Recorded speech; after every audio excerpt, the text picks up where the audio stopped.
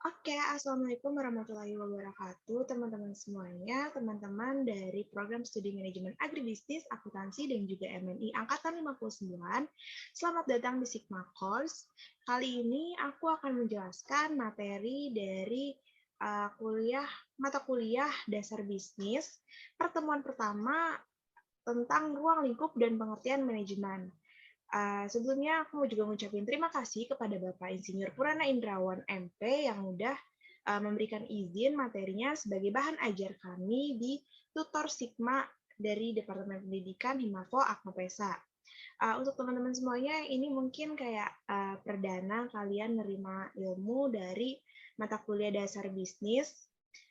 Perdana banget nih, jadi aku harap teman-teman bisa ngikutin dan menyimak materi yang bakal aku sampaikan nanti. Sebelumnya perkenalkan, nama aku Fatwa Ramani, aku dari program studi manajemen agribisnis angkatan 57 yang merupakan salah satu tutor dari mata kuliah dasar bisnis.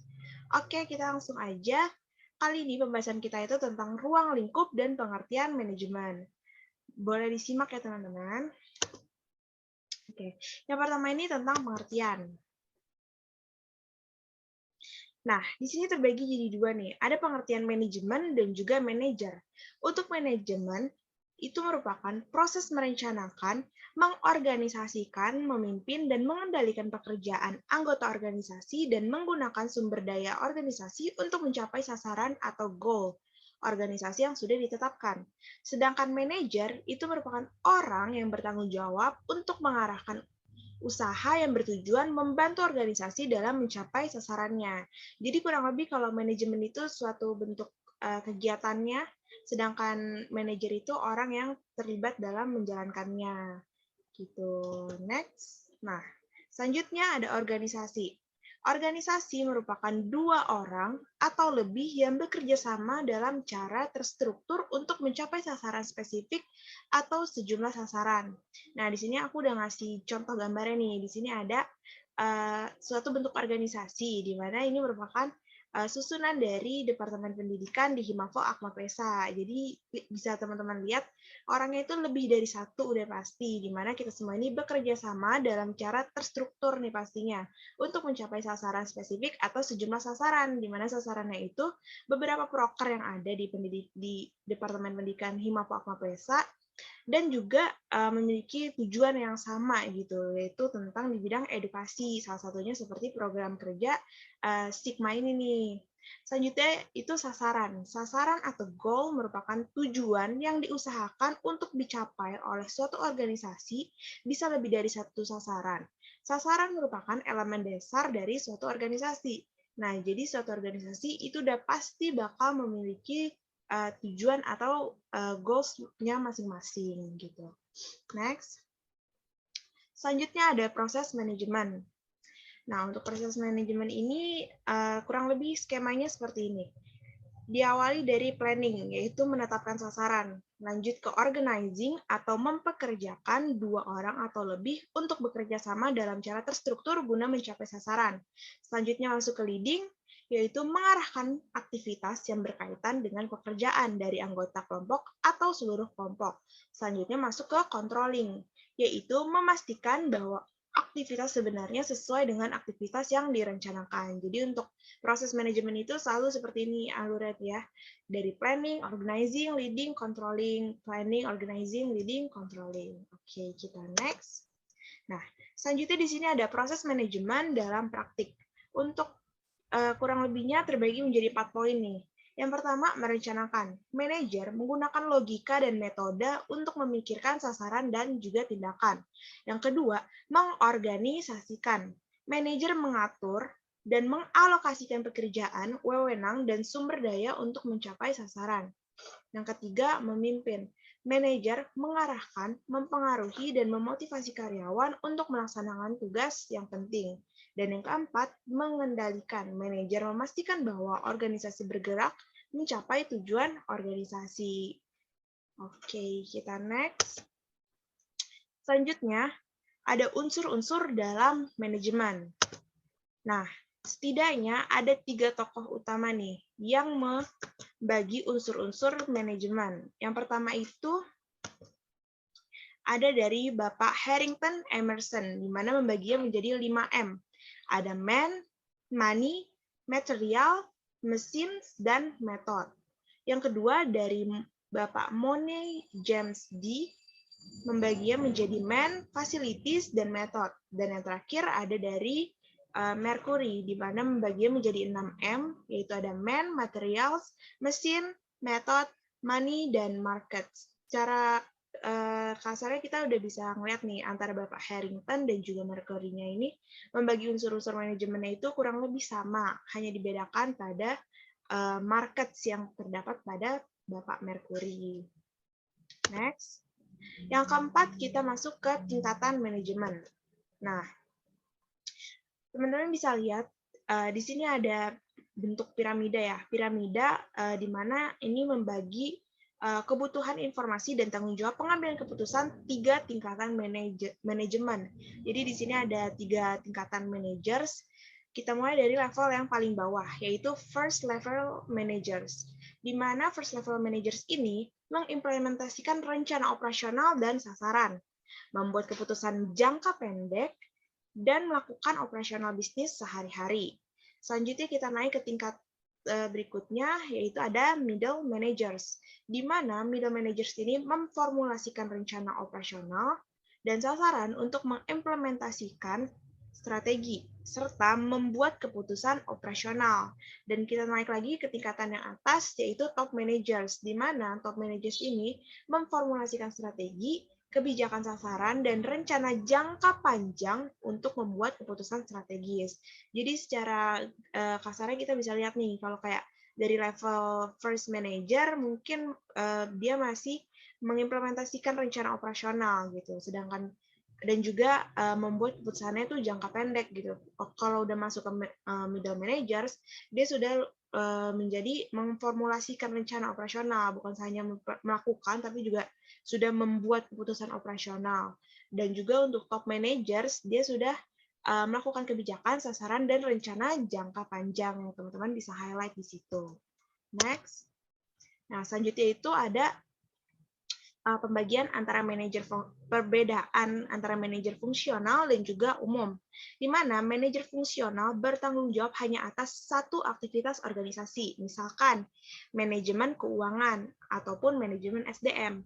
Itu artinya seorang manajer tersebut hanya melakukan tanggung jawab dan juga aktivitasnya di ranah yang mereka pegang, yaitu misalkan manajemen keuangan, artinya manajer ini bertanggung jawab terhadap kegiatan keuangan. Begitupun dengan manajemen SDM, artinya seorang manajer hanya bertanggung jawab di bidang SDM saja.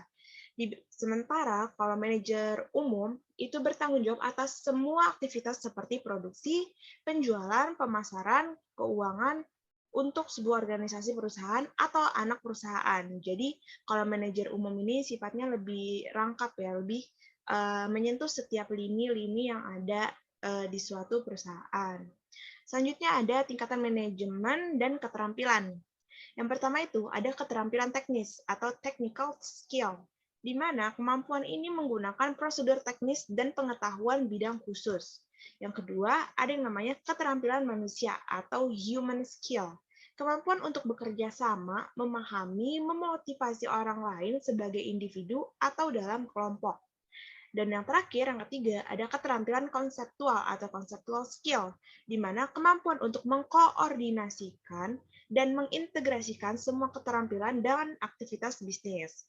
Next, nah, untuk tingkatan manajemen dan keterampilannya, kurang lebih aku punya gambarannya seperti ini nih, keterampilan manajemen atau manajemen skill. Kita lihat dari level yang pertama, atau manajemen tingkat pertama.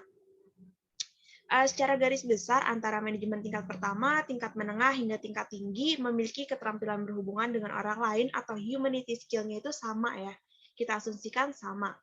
Yang membedakan itu adalah antara conceptual skill dan juga technical skills-nya nih teman-teman. Di mana manajemen tingkat pertama memiliki keterampilan konseptualnya itu presentasenya lebih sedikit dibandingkan keterampilan teknis. Masuk ke manajemen tingkat menengah, kita bisa lihat secara bagan antara keterampilan konseptualnya dan juga keterampilan teknisnya ini lumayan balance ya teman-teman. Jadi presentasinya hampir-hampir mirip atau mungkin bisa dibilang sama gitu. Dan kita naik lagi ke tingkat yang lebih tinggi, di mana manajemen tingkat tinggi memiliki keterampilan konseptualnya itu lebih banyak dibandingkan keterampilan teknis atau technical skills. Gitu, teman-teman. Nah, selanjutnya kita masuk ke yang namanya karakteristik manajer yang berhasil. Jadi gimana sih atau apa sih bisa dikatakan manajer berhasil itu bisa dikatakan berhasil karena apa? Nah, di sini nih kita bakal ngebahas. Yang pertama, kebutuhan untuk mengelola. Itu artinya keinginan untuk mempengaruhi prestasi orang lain dan merasa puas jika dapat melakukannya. Maksudnya itu adalah kayak seorang manajer nih misalnya.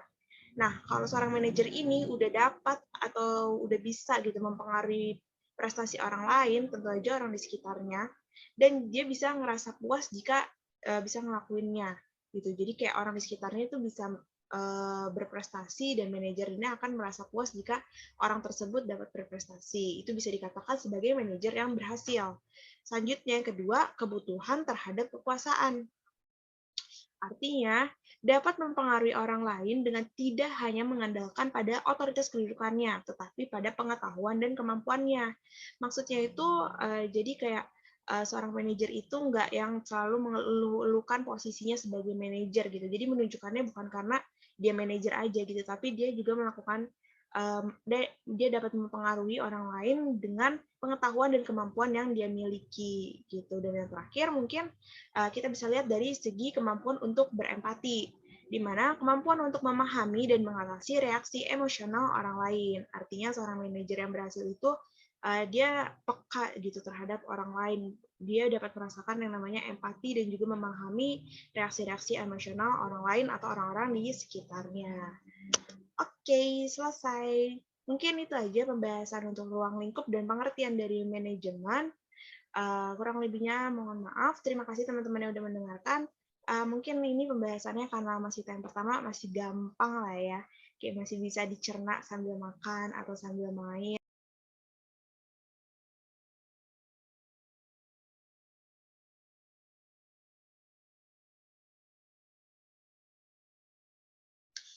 Oke teman-teman, selanjutnya kita lanjut ke kuis pertemuan pertama. Jadi setelah tadi aku ngejelasin nih, kita ada kuis untuk menguji sedikit pemahaman teman-teman terkait materi yang tadi udah aku sampaikan. Jadi sini ada beberapa pertanyaan. Aku mau challenge buat teman-teman dalam mengikuti kuis ini boleh banget ngepost videonya untuk bisa jawab di kolom komentar yang ada di YouTube kita. Oke, kita mulai ke pertanyaan pertama. Nah, orang yang bertanggung jawab untuk mengarahkan usaha yang bertujuan membuat organisasi dalam pencapaian sasarannya disebut manajemen. Nah, menurut teman-teman ini benar atau salah? Boleh banget di-post dulu nih sekarang untuk jawab di kolom komentar. Oke, jawabannya itu adalah salah. Jadi yang benar itu adalah manajer. Kenapa? Karena kata kuncinya di sini adalah orang yang bertanggung jawab. Jadi kalau merujuk kepada orangnya, itu artinya seorang manajer. Next ke pertanyaan kedua. Yang kedua, proses mengarahkan dan mempengaruhi aktivitas yang berkaitan dan pekerjaan dari anggota kelompok atau seluruh kelompok merupakan apa nih? Kira-kira pengertian dari apa? Teman-teman boleh jawab dulu nih, di post dulu. Oke, kita lihat jawabannya adalah memimpin, yaitu leading. Ini tuh balik lagi kalau teman-teman tadi nyimak, ada di proses manajemen. Oke, selanjutnya untuk pertanyaan nomor 3 nih, di mana ada 5M. Man, materials, mesin, method, dan money. Merupakan unsur manajemen menurut siapa nih kira-kira? Tadi kan kurang lebih ada 3 pakar nih yang udah aku sebutin. Kira-kira menurut siapa? Jawabannya adalah menurut Harrington Emerson. Oke, kita next ke pertanyaan keempat. Selanjutnya, bertanggung jawab atas seluruh manajemen dari organisasi, mereka menetapkan kebijakan operasional dan pedoman interaksi organisasi dengan lingkungannya, merupakan level manager tingkat keberapa nih? Tadi kan ada beberapa tingkatan yang udah aku sebutin. Kira-kira nih tingkat manajer level tingkat keberapa? Jawabannya adalah manajer puncak atau top managers. Oke, next ke pertanyaan terakhir, 5. Bertanggung jawab hanya atas satu aktivitas organisasi, misalkan manajemen keuangan atau manajemen SDM saja, merupakan pengertian dari manajemen apa nih? Manajer apa? Kira-kira jawabannya adalah manajer fungsional. Karena yang tadi kayak udah aku jelasin, kalau hanya di dalam aktivitasnya spesifik gitu ya untuk menangani keuangan saja atau SDM saja itu merupakan manajer fungsional. Kalau di beberapa ini merupakan manajer umum. Oke, kita udah sampai di akhir. Terima kasih untuk teman-teman semua yang udah nyimak. Boleh banget tulis juga di ramein kolom komentarnya kayak aku bener berapa nih, bener berapa gitu kayak kali aja ada yang benar semua atau ada salah gitu boleh di-share di bawah. Jangan lupa follow juga di Instagram pendidikan titik Akma Pesa. Terima kasih teman-teman semuanya. Sampai jumpa di pertemuan-pertemuan berikutnya. Bye-bye.